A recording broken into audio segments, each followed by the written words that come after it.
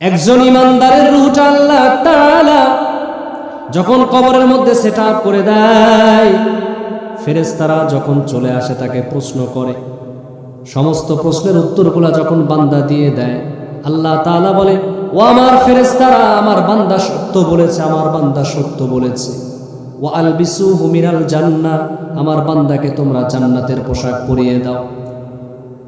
ওয়া আফরিশুহু মিনাল জান্নাহ, আমার বান্দার কবরের মধ্যে তোমরা জান্নাতের বিছানা বিছিয়ে দাও এবং জান্নাতের সঙ্গে সংযোগ স্থাপন করে দাও, একটা দরজা তোমরা খুলে দাও।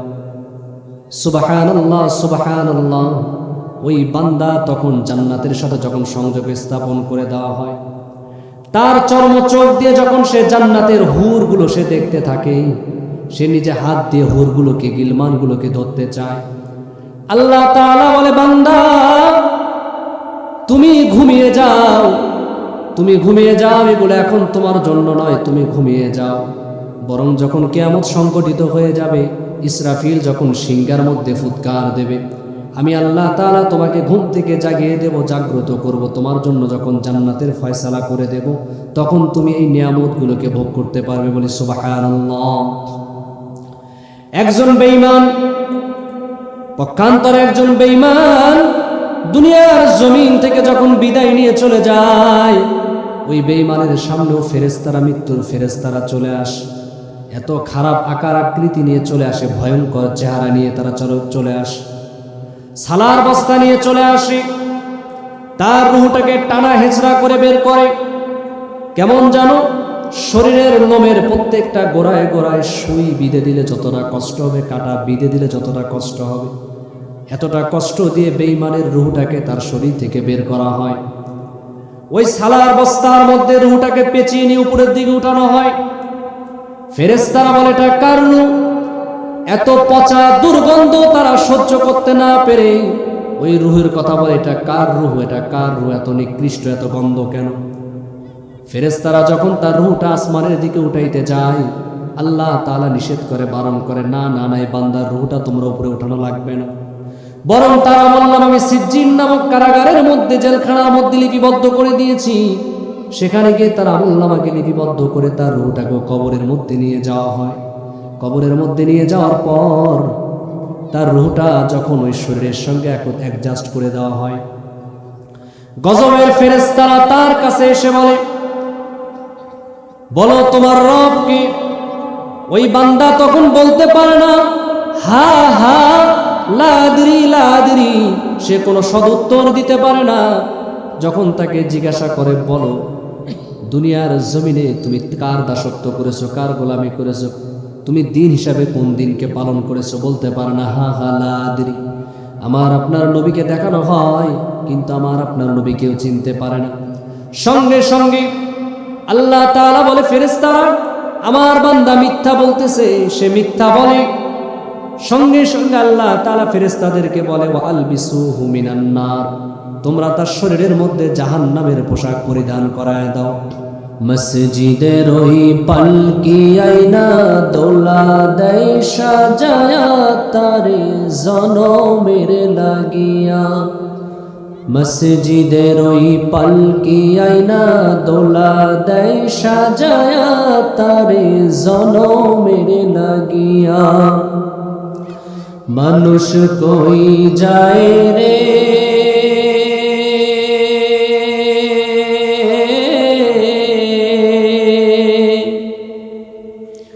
দুনিয়া ছাড়িয়া।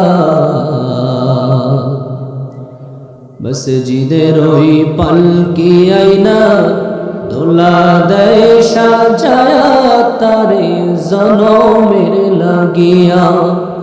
মসজিদের ওই পালকি আইনা দোলা দেয় সাজায়া, তারে জনমের লাগিয়া।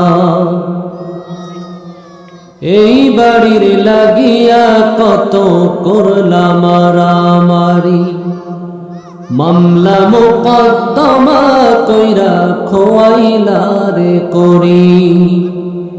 এই বাড়ির লাগিয়া কত করলাম মারামারি, মামলা মোকদ্দমা কইরা খোয়াইলা রে করি। আজকে তুমি যাবে চলে,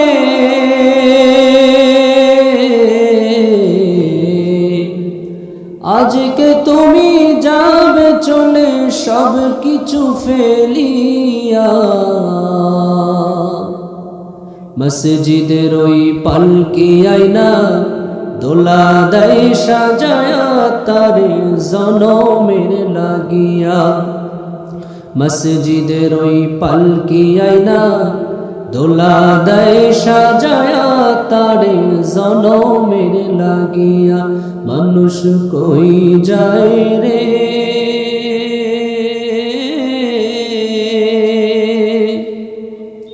দুনিয়া ছাড়িয়া, মসজিদের ওই পালকি আইনা দোলা দেয় সাজায়া তারে জনমের লাগিয়া। ছেলে মেয়ে নববধূর প্রেমেতে মজিয়া, নামাজ রোজা সব খোয়াইলা দুনিয়ায় আসিয়া। আওয়াজ দিয়ে বলেন ঠিক কিনা? ছেলে মেয়ে নববধূর প্রেমেতে মজিয়া, নামাজ রোজা সব খোয়াইলা দুনিয়ায় আসিয়া। সেই ছেলেরাই গোসল দেবে,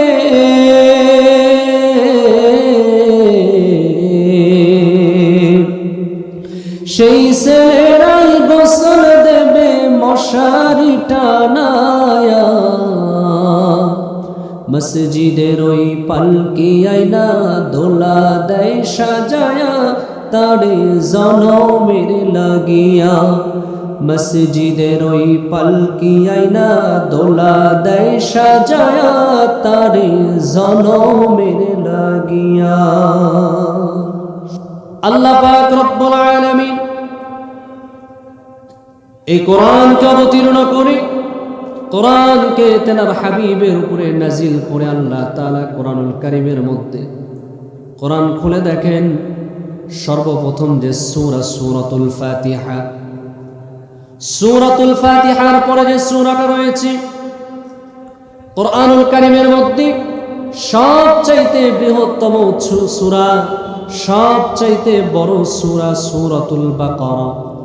এই সূরাতুল বাকারার মধ্যে আল্লাহ তাআলা সর্বপ্রথম যে কথাটা বলেছেন, আল্লাহ তাআলা বলেন যালিকাল কিতাবু লা রাইবা ফীহি হুদাল লিল মুত্তাকিন। বলে আল্লাহু আকবার। আল্লাহ তাআলা বলেন এটা এমন একটা কিতাব, এমন একটা কিতাব আমি আল্লাহ তাআলা আমার হাবিবের উপরে অবতীর্ণ করেছি, নাজিল করেছি, যে কিতাবের মধ্যে কোনো সন্দেহ কোনো সংশয় নাই। লা রাইবা ফি হুদাল লিল মুত্তাকিন, আর এটা মুত্তাকিনদের জন্য হেদায়েত, মুত্তাকিনদের জন্য এটা হেদায়েতের গ্রন্থ হিসাবে আমি আল্লাহ তাআলা নাজিল করেছি। যদি কোনো ব্যক্তি, যদি কোনো মানুষ এই কোরআনকে অনুসরণ অনুকরণ করে আল্লাহ পাক রব্বুল আলামিন তার জন্য হেদায়েতের রাস্তা খুলে দিবেন। বলি সুবহানাল্লাহ। প্রিয় ভাইয়েরা আমার, সূরা ইব্রাহিমের মধ্যে আল্লাহ তাআলা বলেন কিতাবুন আনজালনাহু ইলাইকা লিতুখরিজান নাসা মিনাজ যুলুমাতি ইলান নূর। আল্লাহ পাক রব্বুল আলামিন বললেন নবী আমার, এই কিতাব আমি আল্লাহ তাআলা আপনার উপরে কেন নাজিল করেছি, কেন অবতীর্ণ করেছি আপনি জানেন? যাতে করে কোরআন দিয়ে আপনি পথ ভোলা মানুষগুলোকে, পথ হারা মানুষগুলোকে, যারা জান্নাতের পথ ছেড়ে দিয়ে জাহান্নামের দিকে হাঁটা দিয়েছে, যেই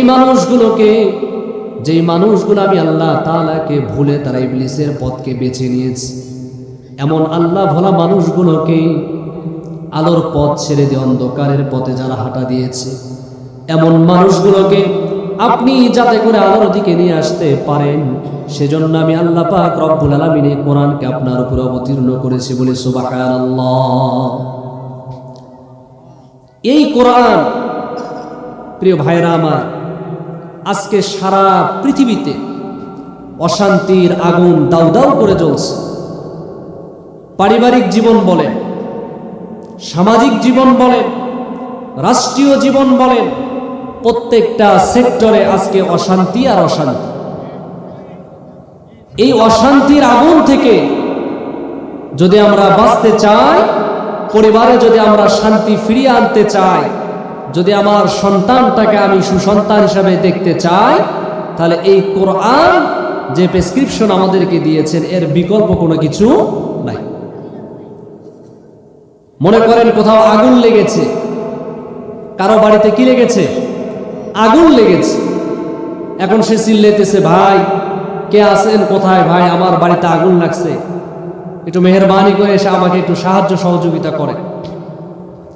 এখন ওই পাশ দিয়ে যাচ্ছিলেন একজন কেরোসিন তেল ব্যবসায়ী, জারকিনের মধ্যে ছিল কেরোসিনের তেল। সেদিক দিয়ে যাওয়ার সময় সে চিন্তা করলো, হায় রে, আমার একজন মুসলিম ভাই, তার বাড়িতে আগুন লাগছে, আমার এই জারকিনের মধ্যে যে কেরোসিনের তেল আছে এটা ঢেলে দেই, যদি তার একটু কি হয়, একটু উপকার হয়। ইকরামুল মুসলিমিন, ইকরামের নিয়তে সে তেল নিয়ে গিয়ে কি করছে, আগুন নিবারণ করার জন্য, আগুনকে নিভিয়ে দেওয়ার জন্য জারকিনের ভিতরে যতটুকুন কেরোসিনের তেল ছিল সব ঢেলে দিছে। সম্মানিত ভাইয়েরা, আপনারা বলেন তো, আগুন নিববেন আর দাউ দাউ করে জ্বলবে? কিছুক্ষণ পর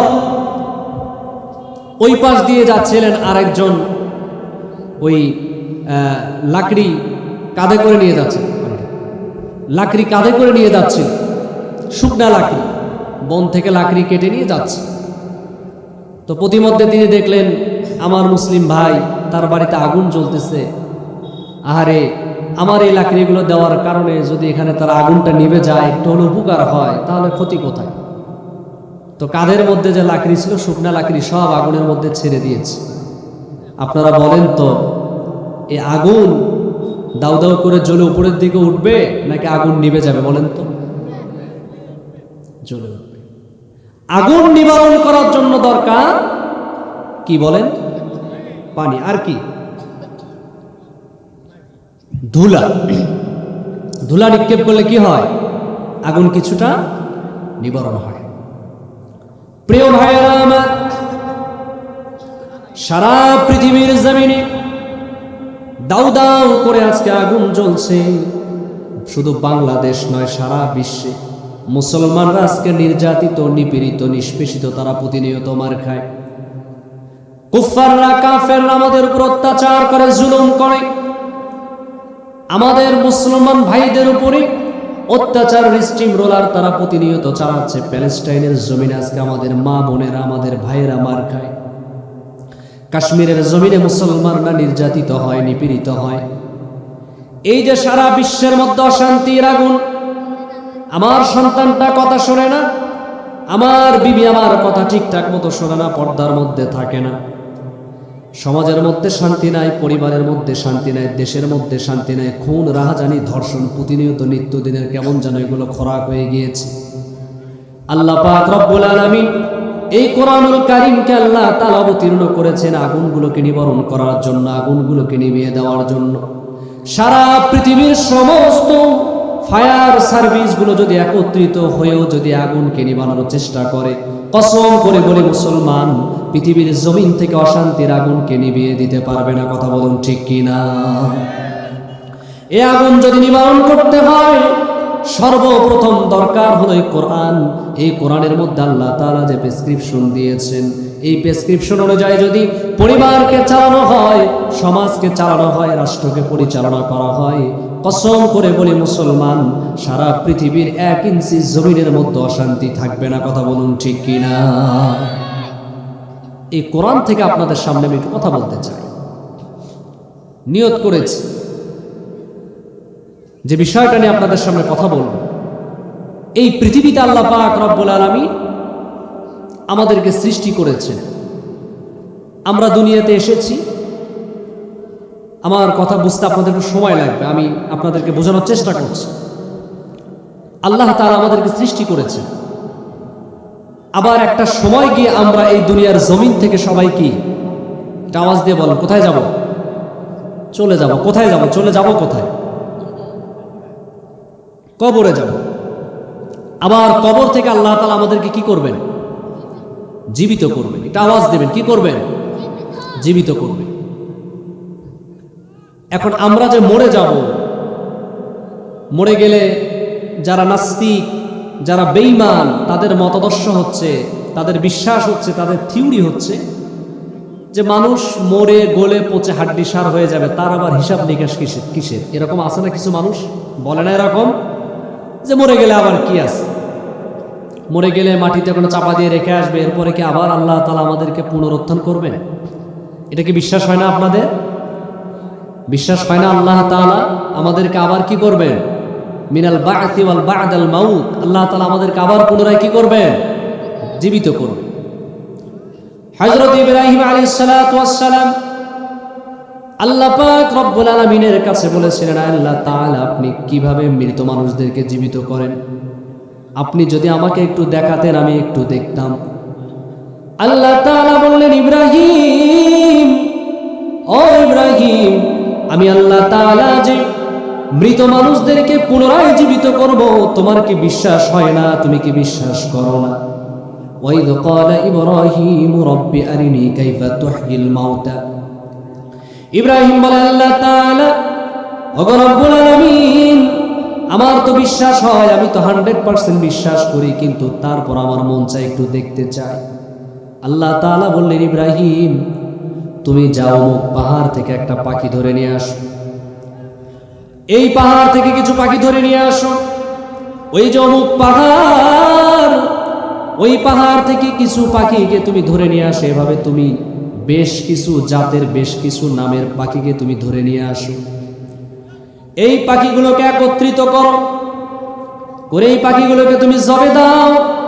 জবে দেওয়ার পরেই এই পাখিগুলোর গোশতগুলোকে তুমি একত্রিত করে মিশ্রিত করে ফেলো, একখানে করে ফেলো। নবী ইব্রাহিম আল্লাহ তাআলার হুকুম মোতাবেক পাখিগুলোকে ধরে নিয়ে আসলেন।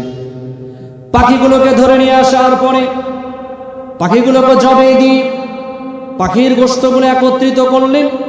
এবার আমার আল্লাহ তাআলা বলেন, ইব্রাহিম, এবার তুমি যাও যাও যাও, এই পাখির গোশতগুলো তুমি যেই পাহাড় থেকে তুমি পাখিগুলোকে ধরে এনেছো, ওই পাহাড়ের মধ্যে তুমি পাখির গোশতগুলোকে আবার রেখে আসো, ছড়িয়ে ছিটিয়ে দিয়ে আসো। নবী ইব্রাহিম আল্লাহ তাআলার হুকুম মোতাবেক আবার চলে গেলেন, পাখির গোশতগুলোকে পাহাড়ের চিপায় চাপায় বিভিন্ন জায়গায় ছড়িয়ে ছিটিয়ে দিয়ে চলে আসলেন।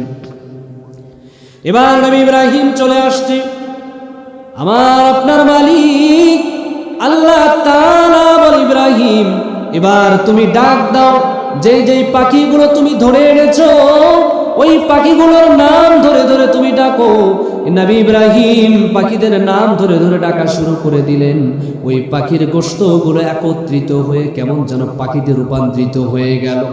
জবে করা গোশতগুলো একত্রিত হয়ে পাখি হয়ে যায়। পাখি হয়ে যাওয়ার পরে আল্লাহ তাআলা পাখির মধ্যে রূহ দিয়ে দেয়, পাখির মধ্যে প্রাণ দিয়ে দেয়। জীবিত পাখি হয়ে নবী ইব্রাহিম আলাইহিস সালাতু ওয়াস সালামের সামনে হাজির হয়ে যায়। নবী ইব্রাহিম এমন দৃশ্য দেখার সঙ্গে সঙ্গে আল্লাহ তাআলার কুদরতি কদমে সিজদার মধ্যে পড়ে যায়।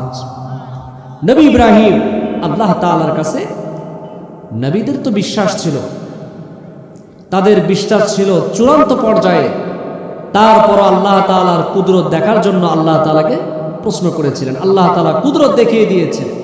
প্রিয় ভাইরা আমার, আমরা মারা গেলে আমাদের এই দেহটাকে কবরে নিয়ে যাওয়া হয়, রূহটাকে কি নিয়ে যাওয়া হয় বলেন? আমাদের এই মাটির দেহটাকে কি করা হয়? জানাজা করে, গোসল করিয়ে, জানাজা করিয়ে এরপরে আমাদেরকে কবরের মধ্যে নামিয়ে রাখা হয়। এই যে রূহ, এই রূহটা আসলে কি জানার দরকার আছে না? এই যে রূহ, আমরা যে বলি রূহ, এটা আসলে কি জানার দরকার আছে না নাই?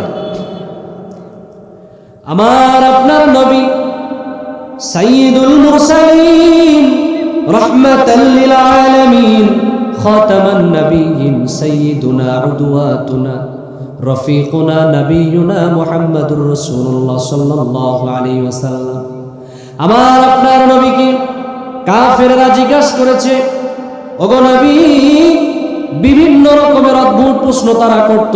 আমার আপনার নবীকে বিতর্কিত করার জন্য তারা বিভিন্ন রকম অবাঞ্ছিত প্রশ্ন তারা করত। কিন্তু আমার আপনার নবী যখনই কাফেররা আমার আপনার নবীকে প্রশ্ন ছুড়ে দিত, আমার আপনার নবী আসমানের দিকে তাকিয়ে থাকতো। আল্লাহ তাআলা জিবরাইলের মাধ্যমে ওহী নাজিল করতেন, কোরআনের মধ্যে কোরআনের আয়াত নাজিল করতেন, কিংবা জিবরাইল আমিনের মাধ্যমে আল্লাহ তাআলা জানিয়ে দিতেন। আর সেই কথাগুলো আমার আপনার নবী মুহাম্মদুর রাসূলুল্লাহ সাল্লাল্লাহু আলাইহি সাল্লাম মানুষের মধ্যে বলতেন। আমার আপনার নবী নিজের থেকে বানিয়ে বানিয়ে কোনো কথা বলতেন না। ইন হুয়া ইল্লা ওয়াহয়ু ইউহা, আমার আল্লাহ তাআলা যা কিছু আমার আপনার নবীকে জানিয়ে দিতেন, আমার আপনার নবী আমাদেরকে তা জানিয়ে দিতেন, সাহাবায়ে কেরামদেরকে জানিয়ে দিতেন। কাফেররা প্রশ্ন করেছিল, নবী ইয়াসআলুনাকা আনির রূহ, রূহ এটা কি? খায় না মাথায় দেয়? প্রশ্ন আসতে পারে না? রূহ এটা কি? এটা খায় না মাথায় দেয়? কি করে এটা? রূহের কাজ কি? আল্লাহ তাআলা নবীকে জানিয়ে দিয়েছেন, ওগো নবী আপনি তাদেরকে জানা দেন, কুলির রূহু মিন আমরি রাব্বি,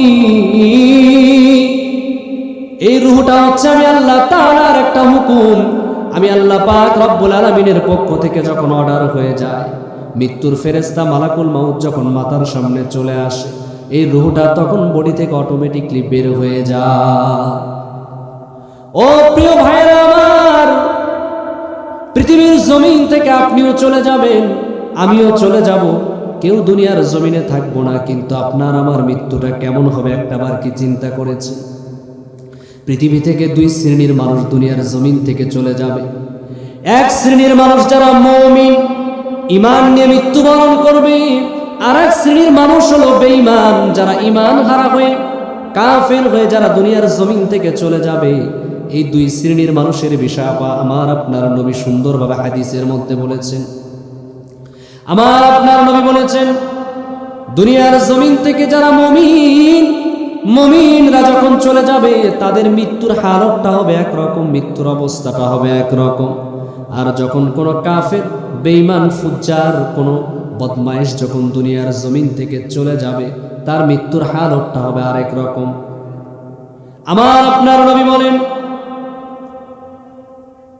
ফাইন্নাল আবদাল মুমিনা, যখন কোন মুমিন দুনিয়ার জমিন থেকে চলে যাবে, ইদা কানা ইনকিতাইম মিনাদ দুনিয়া ওয়া ইকবালিম মিনাল আখিরা, দুনিয়ার জমিন থেকে যখন কোন মুমিন যখন দুনিয়ার জমিন থেকে চলে যায়, মৃত্যুর সময় যখন ঘনিয়ে আসে, নাযারাত ইলাইহি মালাইকাতুম মিনাস সামা বিদুল ওযু, যখন একজন মুমিনের মৃত্যুর সময় ঘনিয়ে আসে, তখন তার সামনে হাজার হাজার ফেরেশতা এসে হাজির হয়ে যায়। সুন্দর সুন্দর চেহারাওয়ালা ফেরেশতারা তার মাথার সামনে চলে আসে। তারা এসে তাকে ইস্তেকবাল করতে থাকে। মালাকুল মাউত চলে আসে। ও প্রিয় ভাইয়েরা আমার, এখানে আপনাদেরকে একটা প্রশ্নের উত্তর দিতে চাই। অনেকে প্রশ্ন করে, হুজুর একই সাথে দেখা যায় বাংলাদেশে 10 জন মারা গেছে, ভারতে 10 জন মারা গেল, ইন্ডিয়াতে 10 জন মারা গেল, সিঙ্গাপুরে 10 জন মারা গেল, থাইল্যান্ডে 10 জন মারা গেল, একসঙ্গে বাংলাদেশের মধ্যেও দেখা যায় একসঙ্গে হাজার হাজার মানুষ মরে যায়। মৃত্যুর ফেরেশতা আজরাইল তো একজন। কি প্রশ্ন আসতে পারে না যে আজরাইল আসলে এত মানুষের সামনে একসঙ্গে একসাথে কিভাবে যায়? প্রশ্ন আসে না আপনাদের মনে? প্রশ্ন আসতে পারে না যে আজরাইল তো একজন, মৃত্যুর ফেরেশতা তো একজন, তো উনি একসাথে এতগুলো মানুষের কাছে কিভাবে যায়? একসাথে দেখা যায় অনেক মানুষ দুনিয়ার জমিন থেকে চলে যায়। হাদিসের মধ্যে এসেছে, মালাকুল মাউত আজরাইল একজন ঠিক আছে, কিন্তু তার অধীনস্থ অনেক মৃত্যুর ফেরেশতারা কাজ করে। তিনি যেভাবে যাদেরকে যেভাবে অর্ডার করেন, তারা সেখানে সেভাবে গিয়ে বান্দার জানটাকে বের করে নিয়ে আসে। ও প্রিয় ভাইয়েরা আমার, খুব খেয়াল করে শুনবেন। একজন মুমিন দুনিয়ার জমিন থেকে যখন চলে যায়, মৃত্যুর ফেরেশতারা তার সামনে সুন্দর আকৃতি নিয়ে, সুন্দর চেহারা নিয়ে হাজির হয়ে যায়। মালাকুল মাউত আজরাইল যখন তার জানটা বের করে, বলা হয় তার রুহটা বের করে হাতের মধ্যে একটা সেকেন্ডও সে রাখতে পারে না। অন্যান্য ফেরেশতারা বলে তাড়াতাড়ি এই মুমিন বান্দার রুহটা আমাদের হাতের মধ্যে দিয়ে দাও। একজন মুমিনের জানটা বের করার সময় কেমন কষ্ট হয় হাদিসের মধ্যে এসেছে, একটা বোতল যদি হাতের মধ্যে ধরে পানি ভর্তি একটা বোতল যদি নিচের দিকে করা হয়, পানিগুলো যদি নিচের দিকে গড়িয়ে গড়িয়ে সব পড়ে যাওয়ার পরে বোতলের অবশিষ্ট পানিগুলো যেমন ফোটায় ফোটায় ফোটায় ফোটায় পড়ে, ওই যে এক ফোঁটা করে ফোটায় ফোটায় যেভাবে পানিগুলো জমিনের মধ্যে গিরে গিরে পড়ে, হাদিসের মধ্যে এসেছে একজন মুমিনের রূহটা যখন বের করা হয় এই ন্যূনতম এতটুকুন কষ্ট সে উপলব্ধি করতে পারে না। বলি সুবহানাল্লাহ। ও প্রিয় ভাইয়েরা আমার, খুব খেয়াল করে শুনবেন, এই যে রহমতের ফেরেশতা, মৃত্যুর ফেরেশতা ইমানদারের জানটা বের করার পরে তার রূহটা নিয়ে তার আসমানের দিকে দৌড় দেয়, প্রথম আসমানের দিকে চলে যায়, প্রথম আসমানের দুয়ার খুলে দেওয়া হয়। অন্যান্য ফেরেশতারা বলে হায় রে, এটা কার রূহ, এটা কার রূহ? ফুলান ইবনে ফুলান।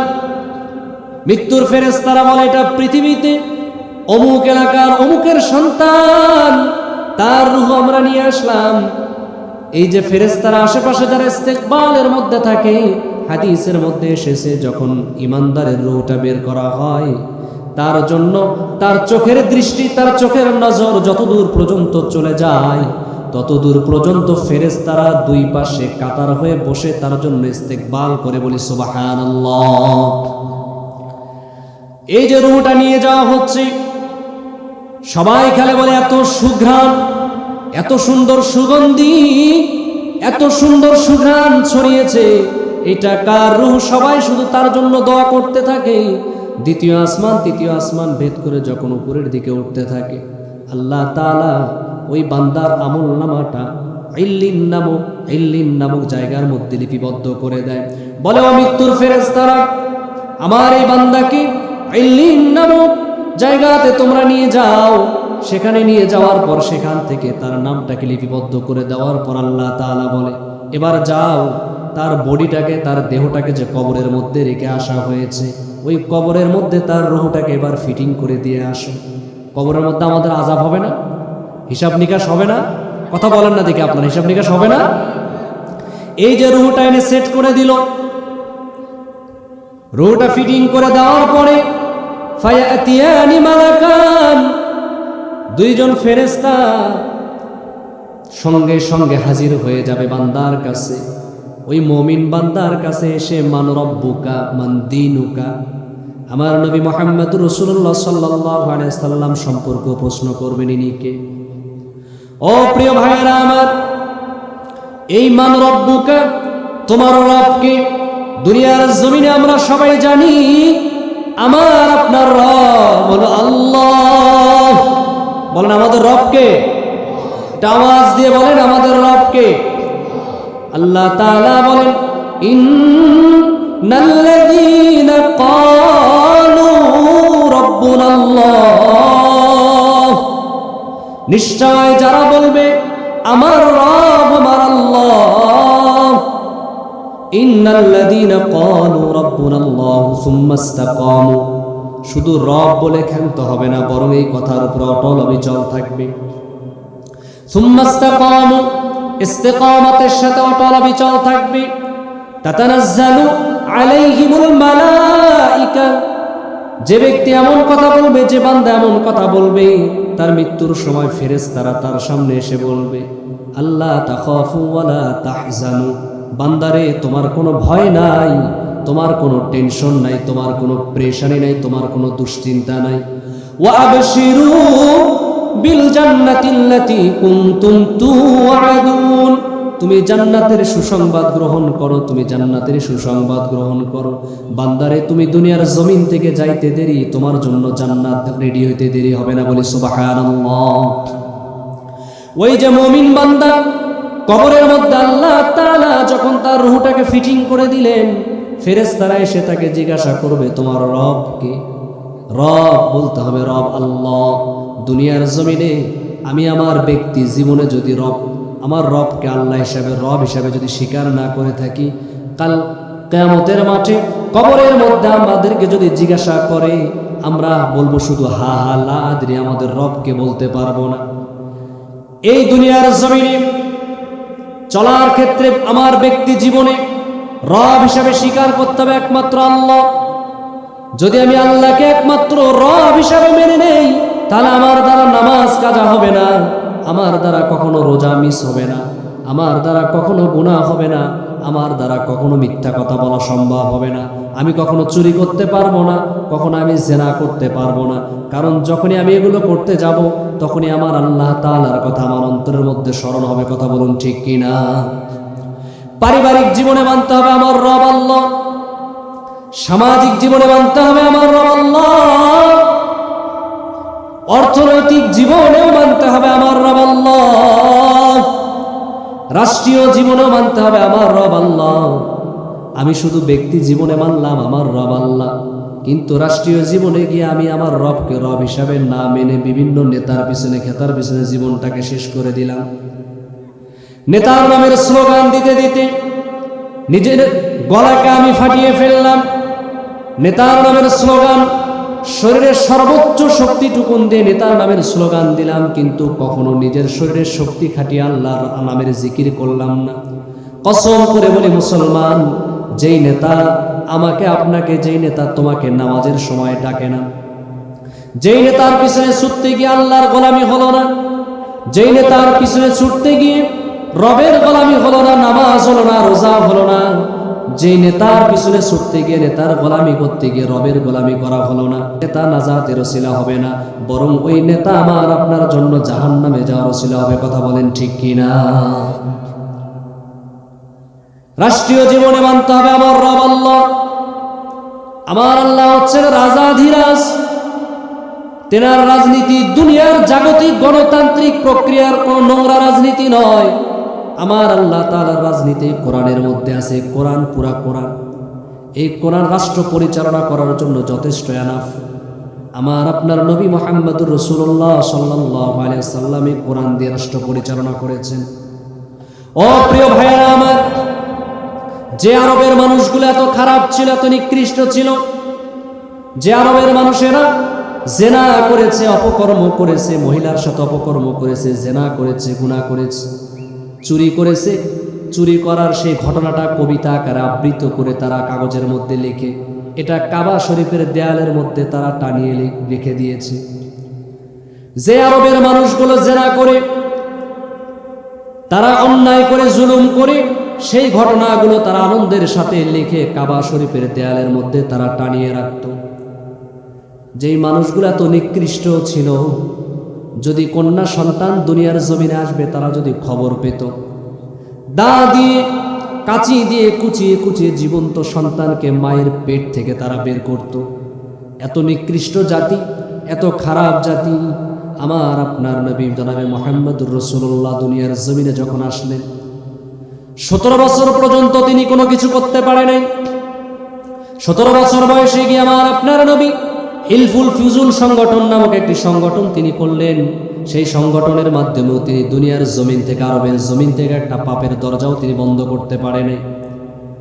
আমার আপনার নবী এতটা আমানতদার ছিলেন, এতটা স্বচ্ছ ছিলেন, তারপরেও তিনি 40 বছর পর্যন্ত আরবের জমিন থেকে কোনো অন্যায়, কোনো জুলুমকে তিনি প্রতিহত করতে পারে নাই, দুর্বৃত্ত করতে পারে নাই। কিন্তু 40 বছর বয়সে যখন আমার আল্লাহ তাআলা ওই হেরা গুহাতে আমার আল্লাহ পাক রব্বুল আলামিন যখন এই কোরআনকে আমার আপনার নবীর উপর অবতীর্ণ করলেন, এই কোরআন নাজিলের পর থেকে নিয়ে 23 বছরের মধ্যে আমার নবী, আপনার নবী এই কোরআনের বদৌলতে সমাজ থেকে সমস্ত অন্যায়কে দূরে সরিয়ে দিলেন। বলি সুবহানাল্লাহ। এই কোরআনের আইন, কসম করে বলি, যতদিন না পর্যন্ত, সেটা বাংলাদেশ বলেন বা সারা পৃথিবীর মানচিত্রের কথাই বলেন, এই কোরআনের আইন যদি বাস্তবায়ন না হয়, তাহলে কখনোই এই সমাজের মধ্যে কি আসবে না? শান্তি আসবে না।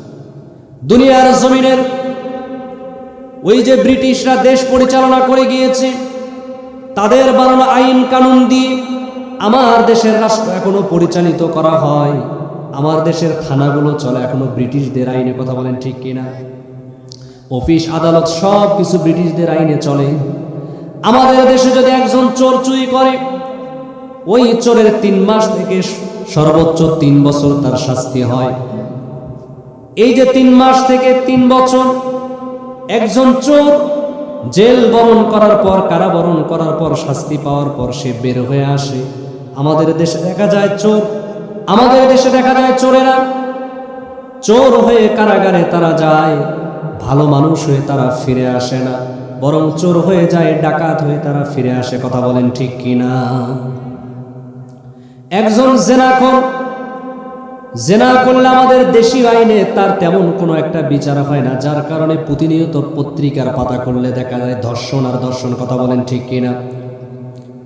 অথচ এই কোরআন দিয়ে যদি বিচার করা হয়, কোরআনে আল্লাহ তাআলা বললেন, যদি কোনো চোর পুরুষ হোক কিংবা মহিলা হোক যদি চুরি করে তার হাতকে কেটে দাও। যদি কোনো জেনাখোর অবিবাহিত পুরুষ কিংবা অবিবাহিতা নারী হয়, যদি তারা জেনা করে তাদেরকে ব্যাট দিয়ে আঘাত করো। আর যদি বিবাহিতা নারী পুরুষ হয় তাদেরকে রজম করে হত্যা করে দাও। আমি নিজে চিন্তা করি, যদি কোরআনের আইন একটা বার চিন্তা করে দেখবেন, যদি কোরআনের আইন এই সমাজের মধ্যে, দেশের মধ্যে বাস্তবায়ন হয়ে যায়, একটা জেনাখোরকে কিংবা একটা চোরকে যদি কোরআনের আইন মোতাবেক বাইতুল মুকাররমের সামনে প্রকাশ্য দিবালোকে একটা চোরের যদি হাত কেটে দেওয়া হয়, কিংবা একটা জেনাখোরকে যদি সেখানে মৃত্যুদণ্ড দেওয়া হয়, আর সেই দৃশ্যটা ভিডিও আকারে ধারণ করে ইলেকট্রনিক্স যত মিডিয়া আছে সমস্ত মিডিয়াতে যদি সরাসরি সম্প্রচার করা হয়, আর এই দৃশ্যগুলো যদি বাংলাদেশের আনাচে কানাচে যত ধর্ষক আছে, যত চোর আছে তাদের দৃষ্টিগোচর হয়, কসম করে বলি মুসলমান, টেকনাফ থেকে তেতুলিয়া, রূপসা থেকে পাতুরিয়া, বান্দরবান থেকে সুন্দরবন, এক কথায় সমগ্র বাংলাদেশে একটা জেনাখোর, একটা মদখোর, একটা নারীখোর, একটা চোর বাটপার খুঁজে পাওয়া যাবে না। কথা বলুন ঠিক কিনা? কোরআনের আইন যদি কি হয়, বাস্তবায়ন হয়, তাহলে এটা সম্ভব। ও প্রিয় ভাইরা আমার, বলতেছিলাম একজন ইমানদারের রূহটা আল্লাহ তাআলা যখন কবরের মধ্যে সেটআপ করে দেয়, ফেরেশতারা যখন চলে আসে তাকে প্রশ্ন করে, সমস্ত প্রশ্নের উত্তরগুলো যখন বান্দা দিয়ে দেয়, আল্লাহ তাআলা বলে, ও আমার ফেরেশতারা, আমার বান্দা সত্য বলেছে, আমার বান্দা সত্য বলেছে। ওয়া আলবিসুহু মিনাল জান্নাহ, আমার বান্দাকে তোমরা জান্নাতের পোশাক পরিয়ে দাও। ওয়া আফরিশুহু মিনাল জান্নাহ, আমার বান্দার কবরের মধ্যে তোমরা জান্নাতের বিছানা বিছিয়ে দাও এবং জান্নাতের সঙ্গে সংযোগ স্থাপন করে দাও, একটা দরজা তোমরা খুলে দাও। সুবহানাল্লাহ, সুবহানাল্লাহ।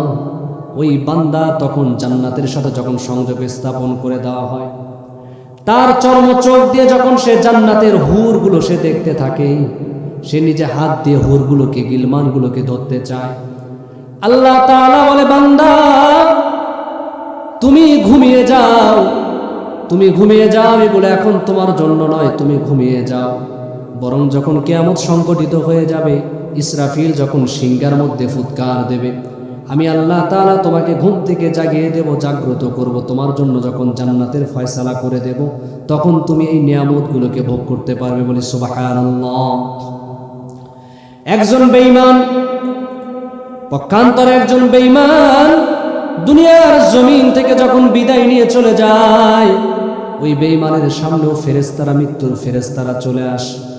এত খারাপ আকার আকৃতি নিয়ে চলে আসে, ভয়ঙ্কর চেহারা নিয়ে তারা চলে আসে, সালার বস্তা নিয়ে চলে আসে, তার রূহটাকে টানা হেঁচড়া করে বের করে। কেমন জানো, শরীরের লোমের প্রত্যেকটা গোড়ায় গোড়ায় সুই বিঁধে দিলে যতটা কষ্ট হবে, কাটা বিঁধে দিলে যতটা কষ্ট হবে, এতটা কষ্ট দিয়ে বেঈমানের রূহটাকে তার শরীর থেকে বের করা হয়। ওই সালার বস্তার মধ্যে রূহটাকে পেঁচিয়ে নিয়ে উপরের দিকে উঠানো হয়। ফেরেশতারা বলে, এটা কার রূহ? এত পচা দুর্গন্ধ তারা সহ্য করতে না পেরে ওই রূহের কথা বলে, এটা কার রূহ? এটা কার রূহ? এত নিকৃষ্ট, এত গন্ধ কেন? ফেরেশতারা যখন তার রূহটা আসমানের দিকে উঠাইতে যায়, আল্লাহ তাআলা নিষেধ করে, বারণ করে, না না না, এই বান্দার রূহটা তোমরা উপরে উঠানো লাগবে না। বরং তারা বললাম আমি সিজ্জিন নামক কারাগারের মধ্যে, জেলখানার মধ্যে লিপিবদ্ধ করে দিয়েছি। সেখানে গিয়ে তারা আমাকে লিপিবদ্ধ করে তার রূহটাকে কবরের মধ্যে নিয়ে যাওয়া হয়।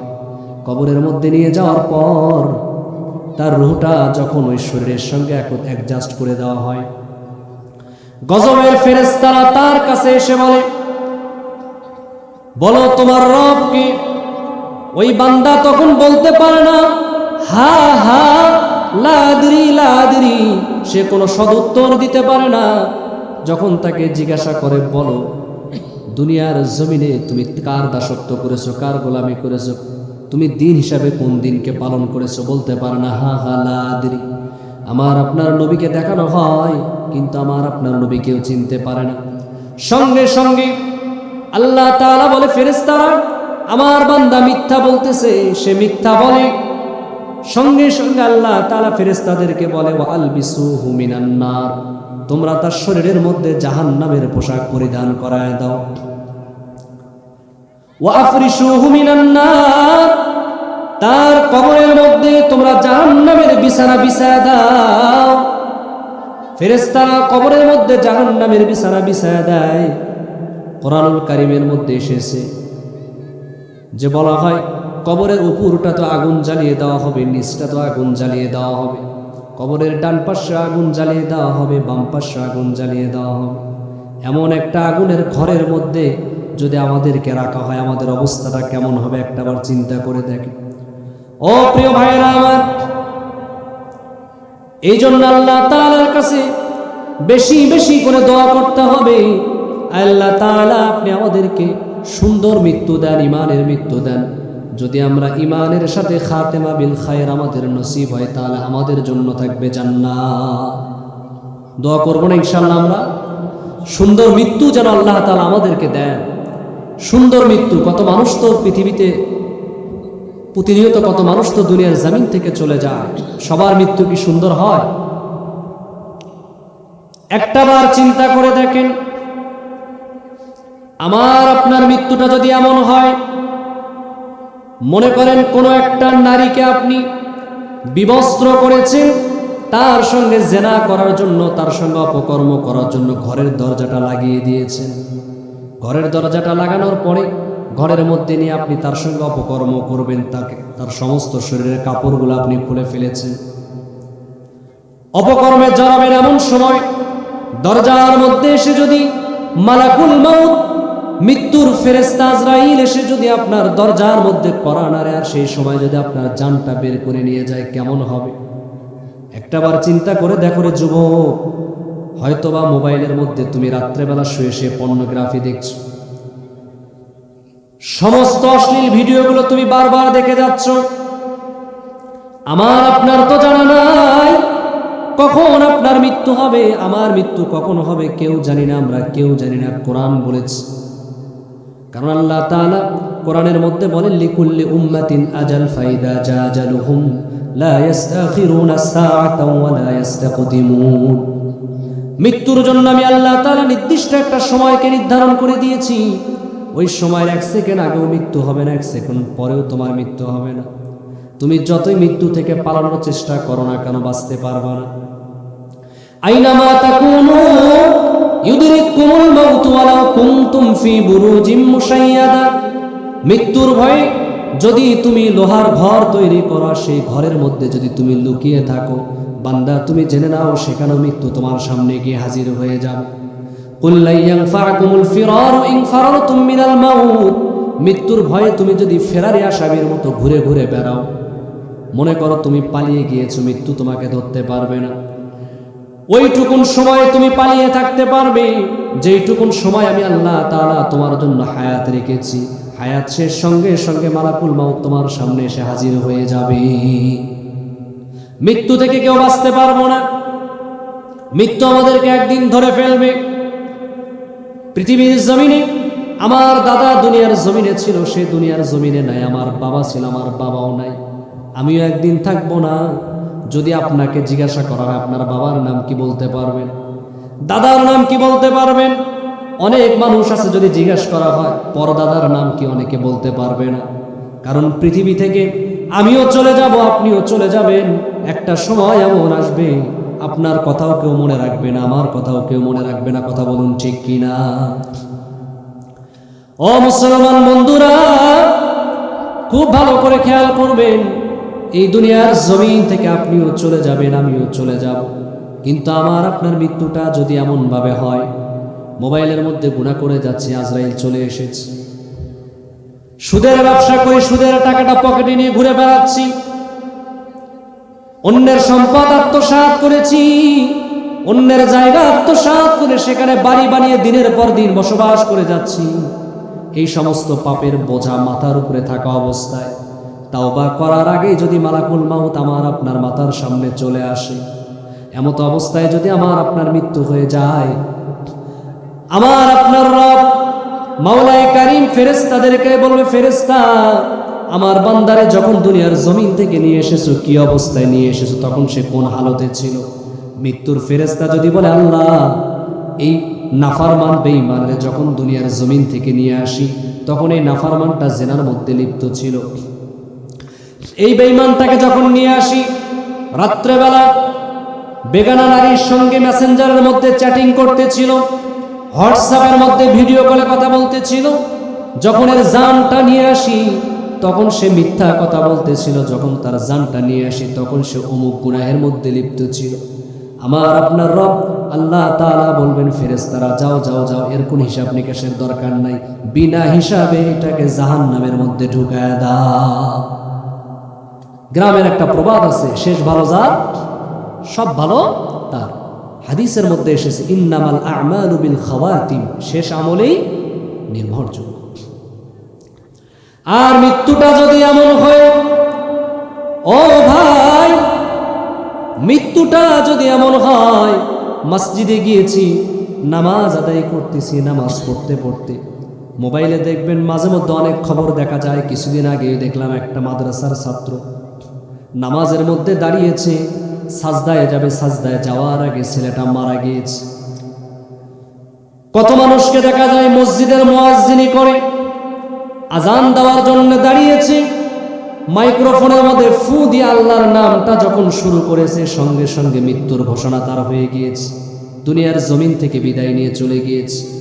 কত মানুষকে দেখা যায় কোরআনুল কারীমের তেলাওয়াত করে, মসজিদের এক কোনায় বসে কোরআন খুলে খুলে পড়ে, আল্লাহর বান্দা কোরআন পড়ে আর কান্না করে। এমন সময় যদি মালাকুল মাউত আজরাইল এসে যায়, তার জানটা যদি বের করে নিয়ে যায়, আল্লাহ পাক রব্বুল আলামিনের কাছে ফেরেশতারা গিয়ে যদি বলে, আল্লাহ, আপনার বান্দারে যখন পাইলাম, গিয়ে দেখে আপনার বান্দা আপনার নামের জিকির করে, গিয়ে দেখে আপনার বান্দা আপনার কোরআনের তেলাওয়াত করে, গিয়ে দেখে আপনার বান্দা আপনার জন্য সালাত আদায় করে, এমত অবস্থায় আপনার বান্দারে নিয়ে আসলাম। আমার আপনার মালিক আল্লাহ পাক বলবেন, ও আমার ফেরেশতারা, আমার বান্দার কোনো কিছু দেখার দরকার নাই, শেষ অবস্থায় যেভাবে পেয়েছো আমার বান্দাকে সরাসরি জান্নাতের মধ্যে প্রবেশ করায়া দাও। এমন মৃত্যু আমরা চাই না, চাই না আমরা। একজন তরকারিওয়ালা মাথার মধ্যে টুকরির মধ্যে তরকারি নিয়ে তরকারি বিক্রি করে বেড়ায়, এমন একজন আল্লাহর ওলি, কোনো আলেম নয়, তিনি কোনো মুহাদ্দিসও নন, তিনি কোনো মুফাসসিরও নন, সাধারণ একজন মানুষ তরকারি বিক্রি করে, টুকরিতে করে তরকারি গ্রামে গ্রামে বিক্রি করে বেড়ায়। কিন্তু আল্লাহর বান্দা এতটা মুখলিস, এতটা ইবাদত গুজার, যখনই নামাজের সময় হয়ে যায়, তার ঘাড়ের মধ্যে একটা সুন্দর একটা গামছা তার ঘাড়ের মধ্যে সব সময় থাকে। যেখানে নামাজের সময় হয়ে যায়, ওই ঘাড়ের গামছাটাকে যায় নামাজ হিসাবে জমিনের মধ্যে বিছায়া দেয়, নামাজ আদায় করে। এই তরকারিওয়ালা তরকারি বিক্রি করার সময় মালাকুল মাউত আজরাইল তার সামনে এসে হাজির হয়ে গিয়েছে, তার জানটা নিয়ে যাবে। আজরাইল এসে সালাম দিয়েছে, আসসালামু আলাইকুম রাহমাতুল্লাহ। ওই যে একটু আগে বললাম, যারা মুত্তাকিন, যারা ইমানদার, তাদের সঙ্গে ফেরেশতারা খুব ভালো আচরণ করবে, তাদের সামনে সুন্দর চেহারা আকৃতি নিয়ে আসবে। আর যদি বেঈমান হয়, তার সামনে ফেরেশতারা এতটা ভয়ঙ্কর চেহারা নিয়ে আসবে। অনেক মানুষ দেখবেন, অনেক মানুষকে আপনারা দেখবেন মৃত্যুর সময় পেশাব করে দেয়, পায়খানা করে দেয়, তাদের নজর, তাদের চোখগুলো কেমন যেন উলটপালট হয়ে যায়। বুঝবেন সে ভয় পেয়েছে, ভীত সন্ত্রস্ত হওয়ার কারণে তাদের অবয়বগুলো এমন হয়ে যায়। ও মুসলমান ভাইয়েরা আমার, ভালো করে লক্ষ্য করেন, এই তরকারিওয়ালা আজরাইল এসে সালাম দিয়েছে। আজরাইল বলেছে তোমার জানটা নেওয়ার জন্য আল্লাহ আমাকে পাঠিয়েছে। আল্লাহর বান্দা বলে, আজরাইল ভাই আপনি এসেছেন, আপনি তো এমন একজন আগন্তুক, কারো দরজায় এসে খালি হাতে ফিরে যান না। আমি জানি ভাই আমার জানটা বের করে নিয়ে যাবেন, কিন্তু আমার জানটা নিয়ে যাওয়ার আগে আপনার কাছে ছোট্ট একটা রিকোয়েস্ট, ছোট্ট একটা অনুরোধ আমি করতে চাই। এই যে আমার কাঁধে ঘাড় গামছা, এটা আমার জায়নামাজ, আমি একটু নামাজের ওয়াক্ত হয়ে গিয়েছে, আমি এটাকে জায়নামাজ হিসাবে জমিনে বিছায়া দিয়ে 2 রাকাত নামাজ আদায় করতে চাই। আমি নামাজে দাঁড়িয়ে রুকু করব, রুকু করার পরে যখন আমি সাজদায় আমার রবের কুদরতি কদমের মধ্যে লুটিয়ে পড়ব, এমন সময় আপনি আমার জানটাকে বের করে নিয়ে যাবেন, যাতে করে কাল কিয়ামতের ময়দানে, কারণ বান্দা যেভাবে মৃত্যুবরণ করবে সেভাবে আল্লাহর সামনে দাঁড়াবে, যাতে করে কাল কিয়ামতের ময়দানে আমি সাজদারত অবস্থায় আমার রবের সামনে দাঁড়িয়ে যাই। বলি সুবহানাল্লাহ। এমন মৃত্যু চাই না আমরা? এই তো কিছুদিন আগে, কয়দিন হলো, আমাদের গাইবান্ধা জেলা লক্ষ্মীপুরের এক ভাই মাওলানা ফরিদুল ইসলাম, অনেক বড় ভালো একজন মানুষ ছিলেন, বক্তা ছিলেন, আলোচনা করতেন। মহিমাগঞ্জে কোনো একটা মাহফিলে গিয়েছে আলোচনা করার জন্য। সোশ্যাল মিডিয়াতে এখনো ভিডিও ভেসে বেড়াচ্ছে। এই দেশের প্রথম সারির সমস্ত মিডিয়াগুলো এটাকে তারা সংবাদ হিসাবে তারা উপস্থাপন করেছে, তারা প্রচার করেছে, পাবলিশ করেছে। আমার ওই ভাইটাকে দেখলাম কোরআনের মঞ্চে, আমি যেভাবে বসে আছি ঠিক সেম এইভাবে বসে বসে কথা বলতেছিল, মানুষদেরকে কোরআনের কথা শোনাচ্ছিল, হাদিসের কথা শোনাচ্ছিল। শোনাতে শোনাতে হঠাৎ করে আমার ভাইটাকে দেখলাম কেমন যেন তার নজরগুলো কেমন যেন করতেছিল।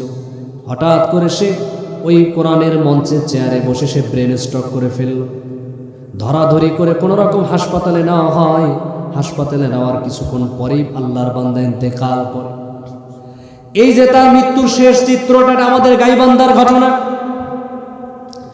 এই যে গাইবান্ধা জেলায় এই লক্ষ্মীপুরের ফরিদুল সাহেব, তার মৃত্যুর শেষ সময়টা এত সুন্দর হলো, এত সুন্দরভাবে আল্লাহ তাআলা তার মৃত্যু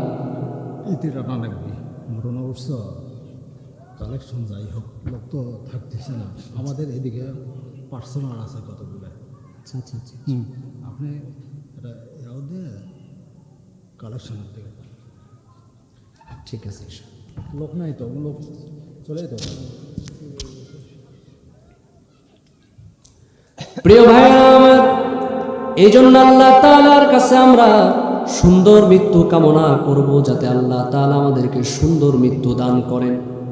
যেমন হাদিসের মধ্যে এসেছে, মৃত্যুর সময় যদি কারো কালেমা নসিব হয়, মান কানা আখিরু কালাম লা ইলাহা ইল্লাল্লাহু মুহাম্মাদুর রাসূলুল্লাহ দাখালাল জান্নাহ। কোন ব্যক্তির মৃত্যুর সময় যদি জবানের মধ্যে কালেমা জারি থাকে, আল্লাহ তাআলা তাকে জান্নাতের মধ্যে প্রবেশ করাবেন। বলে সুবহানাল্লাহ। এই জন্য আমরা সুন্দর মৃত্যু আল্লাহ তাআলার কাছে সবসময় কামনা করব, পারবো না ইনশাআল্লাহ?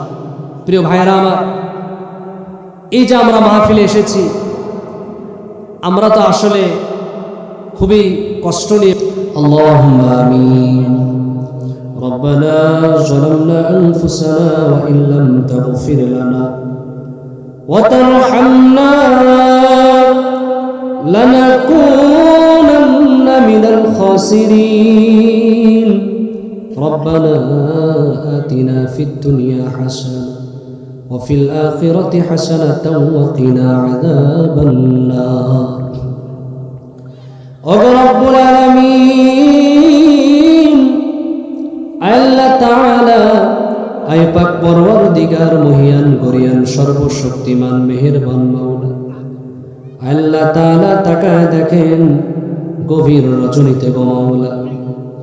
ও রব্বুল আলামিন, আপনার বান্দা বান্দিরা দীর্ঘ লম্বা সময় নিজেদের মূল্যবান সময়গুলোকে আল্লাহ তাআলা আপনার দ্বীনের জন্য ওয়াকফ করে দিয়ে তারা কোরআন হাদিসের আলোচনা শ্রবণ করল। আল্লাহ তাআলা আপনার বান্দা বান্দিরা যে আলোচনাগুলো শ্রবণ করেছে, আয় আল্লাহ বক্তা শ্রোতা যারা আলোচনা করেছে শ্রবণ করেছে, আয় আল্লাহ উভয়দেরকে আপনি এই আলোচনার উপরে আমল করার তৌফিক দান করুন। ওগো রব্বুল আলামিন, আপনি আমাদের তাম জিন্দেগির গুনাহগুলো মাফ করে দিন। আপনি আমাদের পিতামাতার জিন্দেগির গুনাহগুলোকে মাফ করে দিন। ওগো রব্বুল আলামিন, আয় আল্লাহ এই পৃথিবীর উষালগ্ন থেকে শুরু করে এই দোয়া পর্যন্ত বাবা আদম আলাইহিস সালাতু ওয়াস সালাম থেকে নিয়ে পর্যন্ত যত মানুষ ঈমান নিয়ে কবরের মধ্যে শায়িত আছেন, প্রত্যেকের কবরগুলোকে জান্নাতের টুকরায় পরিণত করে দিন। আয় আল্লাহ তাআলা, খাস করে মাহবুব এই মাহফিলে, আয় আল্লাহ আজকে যারা এই মাহফিলের সভাপতি ছিল, প্রধান অতিথি, প্রধান মেহমান, বক্তা, শ্রোতা, সবাইকে আপনি কবুল করে নিন। আয় আল্লাহ, যেই ভাইয়েরা এখানে বসে বসে কোরআনের আলোচনা শুনলো, পর্দার আড়ালে থেকে যে সমস্ত মা বোনেরা কোরআনের আলোচনা শুনল, আয় আল্লাহ আমার জানা নাই কার বাবা দুনিয়ার জমিনে বেঁচে আছে, কার বাবা নাই, কার মা দুনিয়ার জমিনে আছে, কার মা বেঁচে নাই। আয় আল্লাহ, এমন বান্দা বান্দি এখানে আছে যার বাবা মা কেউ দুনিয়ার জমিনে নাই। আয় আল্লাহ, এমন পিতা মাতা হারা, আয় আল্লাহ এতিম সন্তানের হাতের উসিলায় মারহুম মারহুমা বাবা মার কবরকে জান্নাতের বাগান বানায় দি। ওগো রব্বুল আলামিন, আয় আল্লাহ জিন্দেগিতে তো কম গুনাহ করি নাই। আয় আল্লাহ, নিজের গুনার দিকে যখন তাকাই জাহান্নামী ছাড়া কোনো কিছু মনে হয় না। আয় আল্লাহ, সারা জীবনের সমস্ত গুনাহ নিয়ে বান্দা আপনার সামনে হাজির হয়েছে গো মাওলা। আয় আল্লাহ, জেনে গুনাহ করেছি, না জেনে করেছি, কবিরা সগীরা শিরকি সমস্ত গুনাহ নিয়ে আপনার সামনে হাজির হয়েছি। সমস্ত গুনাহগুলোকে আপনি মাফ করে দিন। আয় আল্লাহ, আয় রব্বুল আলামিন, এই মহল্লাকে আপনি কবুল করে নিন। আয় আল্লাহ, মাহফিলকে কেন্দ্র করে, মাহফিলকে ওসিলা করে, আয় আল্লাহ সমাজের মধ্যে আপনি শান্তির হাওয়া চালু করে দিন। ওগো রব্বুল আলামিন, এই মাহফিলকে বাস্তবায়ন করার জন্য আয় আল্লাহ যারা পয়সা দিয়েছে, শ্রম দিয়েছে, যারা কষ্ট করেছে, আয় আল্লাহ এই মাহফিল কর্তৃপক্ষ কমিটিকে আপনি কবুল আর মঞ্জুর করে নিন। ওগো রব্বুল আলামিন, আপনার বান্দা বান্দিরা আখিরাত পাওয়ার আশায় এখানে দান করেছে। আয় আল্লাহ, কেউ টাকা দিয়েছে, কেউ চাল দিয়েছে, কেউ ভুট্টা দিয়েছে, কেউ ধান দিয়েছে। আয় আল্লাহ, যে যার সাধ্য মতো এখানে দান করেছে গো মাওলা। আয় রব্বুল আলামিন, এই দানগুলোকে আপনি আপনার বান্দাদের জন্য রিজার্ভ ফান্ডে রেখে দেন। কাল কিয়ামতের ময়দানে দানের ওসিলায় আপনার বান্দাদেরকে আপনি জান্নাতের মেহমান বানায় নেন। আয় আল্লাহ, আয় আল্লাহ, মঞ্চে আমার আশেপাশে যারা বসে আছে, আয় আল্লাহ প্রত্যেককে আপনি কবুল করে নিন। যারা অসুস্থ তাদেরকে আপনি সুস্থতা দান করুন। আয় আল্লাহ, এখানে অনেক মুরব্বী, দাড়ি পাকা মুরব্বিয়ানে আযম অনেকে হাত উঠিয়ে দিয়েছে। আয় আল্লাহ, আপনি মুরব্বী বাবাদেরকে আপনি হায়াতে তয়্যিবা দান করুন। আয় আল্লাহ, যুবকদেরকে আপনি দ্বীনের জন্য কবুল করে নিন। আমার মা বোনেরা যাদের কানে মাইকের আওয়াজ যায়, আয় আল্লাহ আমার প্রত্যেকটা মা বোনকে আপনি দিনদার হিসেবে কবুল করে নিন। আয় আল্লাহ, মা বোনদেরকে আপনি পর্দানিশীন বানায় দিন। আয় আল্লাহ, আপনি আমাদেরকে আপনার দ্বীনের উপরে চলার তৌফিক দান করুন। আয় আল্লাহ, লম্বা সময় এখানে আলোচনা হয়েছে, মৃত্যু নিয়ে আলোচনা করেছি। আয় আল্লাহ, আমাদের প্রত্যেককে একদিন মৃত্যুর পেয়ালা পান করতে হবে। আয় আল্লাহ, জানি না কখন মালাকুল মউত মাথার উপরে মৃত্যুর পরোয়ানা নিয়ে চলে আসে। কঠিন মুসিবতের সময় আসার আগে আল্লাহ আপনি আমাদের প্রত্যেককে খাঁটি মুমিন খাঁটি মুসলমান বানায় দিন। আয় আল্লাহ, কালিমা জপতে জপতে যেন পৃথিবী ছেড়ে চলে যেতে পারে সেই তৌফিক আমাদেরকে দান করেন। আয় আল্লাহ, সর্বোপরি এই গভীর রজনীতে যারা আল্লাহ মোনাজাতে শরীক হয়েছে প্রত্যেকের জীবনের গুনাহগুলো আপনি মাফ করে দিন। আয় আল্লাহ, প্রত্যেকের জীবনের গুনাহগুলো আপনি মাফ করে দিন। প্রত্যেকের জীবনের গুনাহগুলো আপনি মাফ করে দিন। আয় আল্লাহ, আগলি জিন্দেগি যে কয়দিন আপনি দুনিয়াতে বাঁচায় রাখবেন সমস্ত রকমের গুনাহ থেকে আপনি আমাদেরকে হেফাজত থাকার তৌফিক দান করুন। রব্বানা তাকাব্বাল মিন্না ইন্নাকা আনতাস সামিউল আলিম ওয়া তুব আলাইনা ইয়া মাওলানা ইন্নাকা আনতাত তাওয়াবুর রহিম। আয় আল্লাহ, দোয়ার শেষে আপনার কাছে আরজি, যেই মাদ্রাসার ওসিলা আজকের মাহফিল, এই মাদ্রাসাকে আপনি দ্বীনের মার্কাজ হিসাবে কবুল করে নিন। আয় আল্লাহ, এলাকার মধ্যে সবচাইতে সুনামধন্য প্রতিষ্ঠিত একটা মাদ্রাসা হিসাবে মাদ্রাসাকে কবুল করে নিন। আয় আল্লাহ, মাদ্রাসার যত জরুরত যত হাজত আপনার গাইবী খাজানা থেকে পূরণ করে দিন। এই মাদ্রাসার প্রিন্সিপাল ছাত্র সবাইকে কবুল করে নিন। আয় আল্লাহ, মহল্লাবাসী যারা এই মাদ্রাসাকে সহযোগিতা করে, এই মাদ্রাসার ছাত্রদেরকে যারা সহযোগিতা করে, কাল কিয়ামতের ময়দানে এই মাদ্রাসাকে আপনা আমাদের জন্য নাজাতের ওসিলা বানায় দিন। রব্বানা তাকাব্বাল মিন্না ইন্নাকা আনতাস সামিউল আলিম ওয়া তুব আলাইনা ইয়া মাওলানা ইন্নাকা আনতাত তাওয়াবুর রহিম। সুবহানা রাব্বিকা রাব্বিল ইজ্জাতি আম্মা ইয়াসিফুন ওয়া সালামুন আলাল মুরসালিন আলহামদুলিল্লাহি রাব্বিল আলামিন। واجعل آخري عند الكلام لا إله إلا الله محمد رسول الله।